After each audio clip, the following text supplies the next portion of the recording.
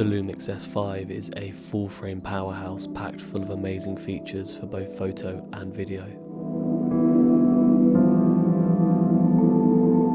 I think this is the best hybrid full-frame camera for your money currently, and here's a few reasons why.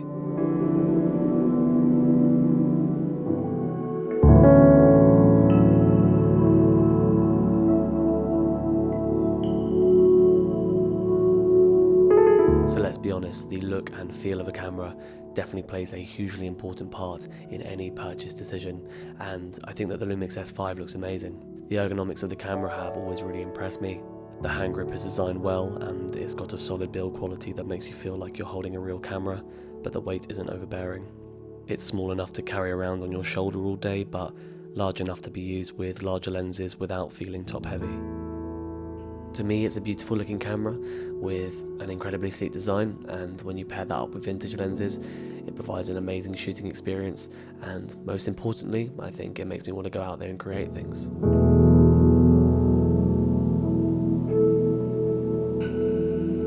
Being truthful, mirrorless cameras don't really interest me in the same way that older cameras do. I think that's pretty evident from the sort of stuff I talk about on this YouTube channel. But there's definitely no denying that they provide some specific benefits for both photo and video, and this camera's no different. It's crammed with lots of useful features that are intuitive to use and also easy to access. The shutter sound is smooth but substantial, which I really like, and I love the way you can flip the screen in on itself.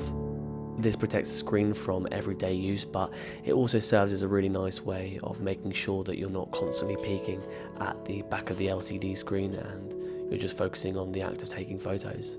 The EVF isn't the highest resolution viewfinder, and it definitely doesn't compare to an optical viewfinder, but I think that's the price I'm willing to pay for the benefit of being able to monitor my exposure in real time. Switching between photo and video on the S5 is also incredibly easy.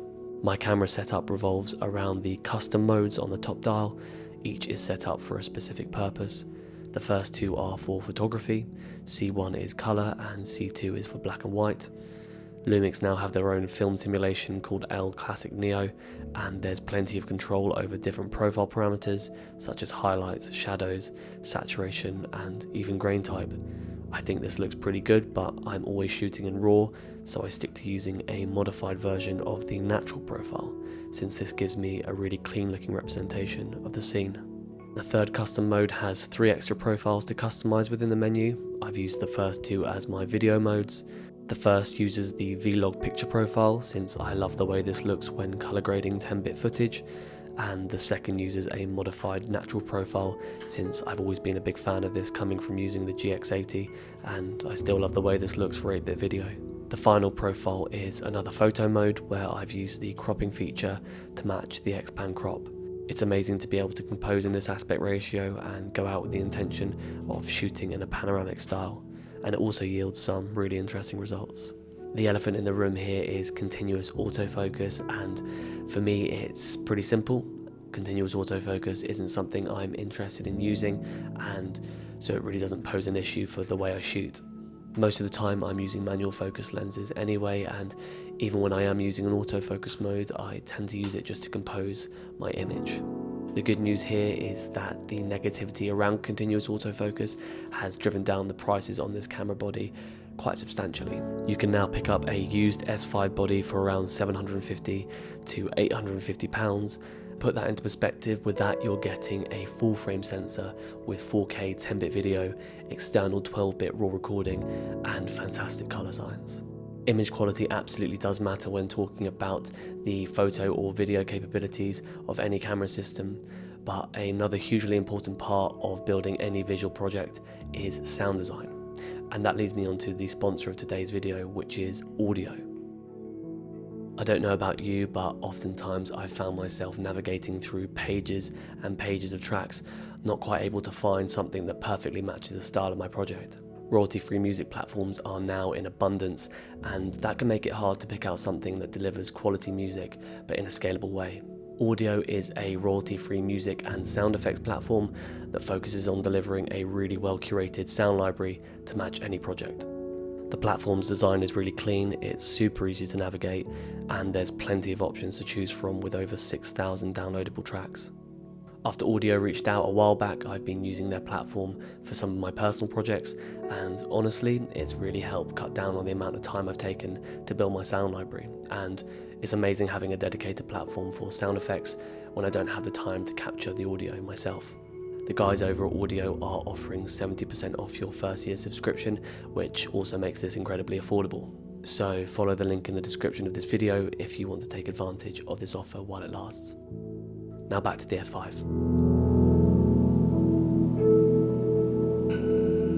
It's no surprise that image quality on the S5 is amazing. I have been using Lumix's micro four thirds cameras for a little while now, so I knew that I'd love the colour science, and the 24 megapixel full frame sensor renders more than enough detail for any situation I'm in. Both 8-bit and 10-bit video footage grades perfectly alongside the other Lumix cameras I have, and the full frame look definitely adds a layer of depth and detail to the image that's undeniable, not to mention the low light capabilities it also brings to the table. Like all cameras, the quality of the final image very much depends on the glass that you use, and I found the Sigma 45mm prime lens to be a perfect companion for photography. It's compact, well built, and sharp enough for everyday use.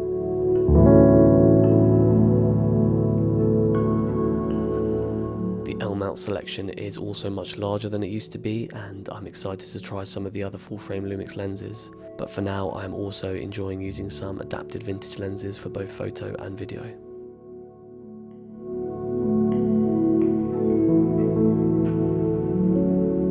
I think that we demand quite a lot from the tools that we use nowadays, and that can make it incredibly hard to design something that is fit for every scenario and every shooting style across both photo and video. Being completely honest, I don't really think a perfect camera exists. If it does, then I certainly haven't used it yet, but I do think that the S5 gets pretty close to this. By modern standards, it's definitely not the most expensive camera out there, but it is the most expensive camera I own, and after getting to use it now extensively, I've come to realise just how powerful it really is. I'd love to know your thoughts. Thanks for watching, and I'll see you soon.